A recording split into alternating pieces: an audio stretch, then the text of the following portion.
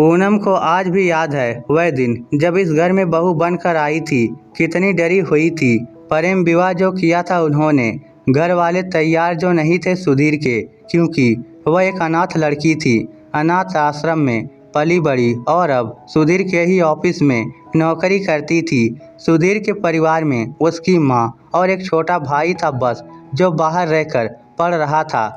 मैं नहीं मानती इसे बहू। जब सुधीर उससे शादी करके घर पहुंचा तब यही बोला था सुधीर की माँ कावेरी जी ने, पर माँ मैं शादी कर चुका हूँ, अब तो इसे ऐसे तो छोड़ नहीं सकता। सुधीर ने कहा, क्या जादू किया है लड़की तूने मेरे बेटे पर, जो मेरे खिलाफ जाकर तुझसे शादी कर बैठा। माँ जी बस इतना ही बोली थी पूनम की। कावेरी जी चिल्लाई, चुप बिल्कुल, अपनी जुबान से मुझे माँ मत कहना, ये बोलकर घर के अंदर चली गई। सुधीर उसे लेकर कमरे में आ गया। देखो पूनम, माँ की बात का बुरा मत मानना, वह दिल की बुरी नहीं है, बस पापा के न रहने पर उन्होंने अकेले हमें पाला है तो थोड़ी चिड़चिड़ी हो गई हैं। आप चिंता मत कीजिए, मैं उन्हें अपनी माँ बनाकर ही दम लूँगी, पूनम ने मुस्कुराते हुए कहा। पूनम ने कमर कस ली कि घर में अपनी जगह बनाकर रहेगी। भले ही ये मुश्किल है पर नामुमकिन नहीं। माँ जी चाय। अगली सुबह वह नहा धोकर कावेरी जी के कमरे में चाय ले पहुँची। बोला था ना माँ जी मत कहना मुझे। कावेरी जी गुस्से में बोली, तो आप बताइए क्या कहूँ मैं आपको। पूनम ने मुस्कुराकर कावेरी जी की तरफ देखा। पता नहीं क्या था पूनम की मुस्कुराती आंखों में कि कावेरी जी चुपचाप चाय पीने लगी। कावेरी जी सारा दिन पूनम को सुनाती रहती पर पूनम चुप भी नहीं करती। शायद इस घर में तुम्हें लाकर मैंने गलती कर दी, तुम्हें कितना कुछ सुनना पड़ता है। सुधीर अक्सर पूनम से कहता, अरे आपने तो मुझ अनाथ को परिवार दिया और एक माँ दी, मैं तो एहसानमंद हूँ आपकी। पूनम हंसकर कहती, पता नहीं किस मिट्टी की बनी हो तुम पूनम। ये बोलकर सुधीर पूनम को गले लगा लेता। पूनम को कई बार कुछ बातें चुभती भी, पर वह किसी भी बात का उल्टा जवाब नहीं देती थी। इसी तरह दिन गुजरने लगे।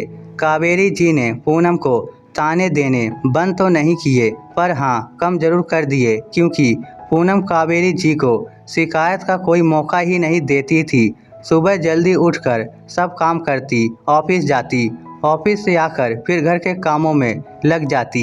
एक रात पूनम को नींद नहीं आई। काफी देर तक तो सुबह देर से आंख खुली। ऑफिस का समय हो रहा था तो सुधीर उसकी मदद करने लगा। यहाँ तो उल्टी गंगा बह रही है। पति से काम करवाया जा रहा है, महारानी से जल्दी नहीं उठा जाता। कावेरी जी बड़बड़ करने लगी। सुधीर को भी आज गुस्सा आ गया। वह माँ को कुछ बोलने ही वाला था कि पूनम ने उसे रोक दिया। पूनम कब तक सहोगी तुम, क्यों नहीं बोलती कुछ, ना ही मुझे बोलने देती हो। सुधीर पूनम पर चिल्लाया। सुधीर मैं हमेशा माँ के प्यार को तरसी हूँ। यहाँ जब मुझे माँ मिली तो मुझे बहुत खुशी हुई। क्या हुआ जो वह मुझे सुनाती हैं, उनका हाथ तो है ना सिर पर।